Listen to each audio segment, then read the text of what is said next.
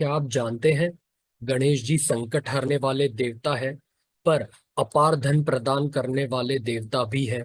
जी हाँ, में बताया गया है कि गणपति जी की मन से आराधना करके अपार धन की प्राप्ति होती है। आइए ऐसे ही एक स्तोत्र के बारे में आपको बताते हैं। नित्य इसे सुबह, दोपहर, शाम यानी तीनों संध्याओं के समय इसका पाठ करने से ना सिर्फ अपार धन की प्राप्ति होती है, बल्कि आयु बढ़ती है और मन को शांति मिलती है। संकटों का पूर्ण तरीके से नाश होता है। ये जो स्तोत्र है वो है संकट नाशन गणेश स्तोत्र।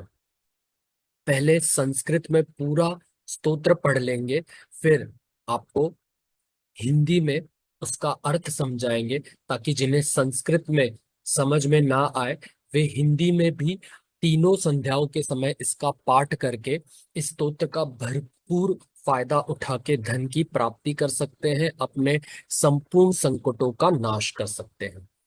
तो शुरुआत करते हैं।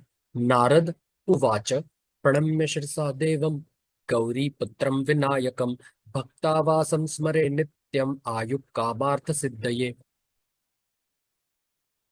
प्रथमं वक्रतुण्डं च एकदन्तं द्वितीयकं तृतीयं कृष्णपिङ्गाक्षं गजवक्त्रं चतुर्थकं लंबोदरं पंचमं च षष्ठं विकटमेव च सप्तमं विघ्नराजं च धूम्रवर्णं तथाष्टमम् नवमं भालचन्द्रं च दशमं तु विनायकम् एकादशं गणपतिं द्वादशं तु गजाननं द्वादशैतानि नामानि त्रिसन्ध्यं य पठे नरः न च विघ्नभयं तस्य सर्वसिद्धिकरं परम् विद्यार्थी लभते धनम पुत्रार्थी लभते पुत्रान् मोक्षार्थी लभते गतिम जपित गणपति स्तोत्रम षड्भिर्मासे ही फलम लभेत संवत्सरेण सिद्धिं च लभते नात्र संशयः अष्टभ्यो ब्राह्मणेभ्यश्च लिखित्वा य समर्पयेत् तस्य विद्या भवेत् सर्वा गणेशस्य प्रसादतः।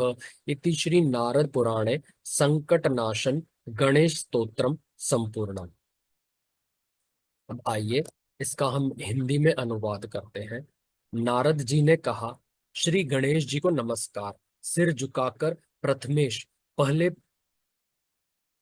देव को प्रणाम करने योग्य देवता गणेश जी को गौरी के पुत्र जो विनायक है, लंबी उम्र, आयु की वृद्धि, स्वास्थ्य, जीवन कामना और अपार धन की प्राप्ति के लिए गणेश जी की भक्ति सदैव करनी चाहिए। गणेश का प्रथम नाम है वक्रतुंड, यानी घुमावदार टेढ़ी सूंड वाले देव। गणेश जी का दूसरा स्वरूप है एक दंत, यानी एक दांत वाले देव। तीसरा रूप है कृष्ण पिंगाक्षम, अर्थात काली और भूरी नेत्रों वाले देवता। चौथा नाम है गजवक्त्रम, यानी हाथी के चेहरे वाले देव। गणेश जी का पांचवा नाम है लंबोदर, यानी लंबा या मोटे पेट वाले देव। छठा नाम है विकटमेव, यानी विकराल कठिनाइयों का विनाश करने वाले देवता। सातवां नाम है विघ्नराज, अर्थ है बाधाओं को दूर करने वाले। धूम्रवर्ण, धुआं के रंग वाले भगवान गणेश जी के आठवें अवतार का भी नाम है, जो कलयुग में अहंतासुर नामक राक्षस का वध करने के लिए अवतरित हुए थे। गणेश जी का नौवां नाम था, जिसके ललाट पर चंद्रमा शोभायान है। दसवां स्वरूप है विनायक, यानी गणों का नायक, गणों के स्वामी या नेता, जो शिव के गणों के समूह का नेतृत्व करते हैं।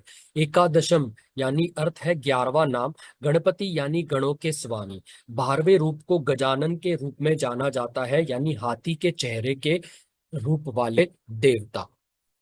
इन 12 नामों को जो भी तीनों संध्याओं के समय अर्थात प्रातः, मध्याह्न और सायंकाल में पाठ करता है, हे प्रभु, उसे किसी भी प्रकार के विघ्न का भय नहीं रहता। इस प्रकार का स्मरण सभी सिद्धियों को प्रदान करने वाला होता है। इससे विद्या की इच्छा रखने वाला विद्या को प्राप्त कर लेता है, धन की अभिलाषा रखने वाला धन को प्राप्त कर लेता है, पुत्र की इच्छा रखने वाला पुत्र को प्राप्त कर लेता है, तथा मोक्ष की अभिलाषा रखने वाला मोक्ष गति को प्राप्त कर लेता है।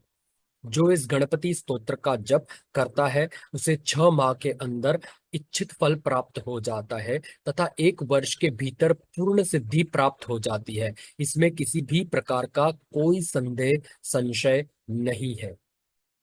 जो पुरुष इसे लिखकर 8 ब्राह्मणों को समर्पण करता है, गणेश जी की कृपा से उसे सब प्रकार की विद्या प्राप्त होती है।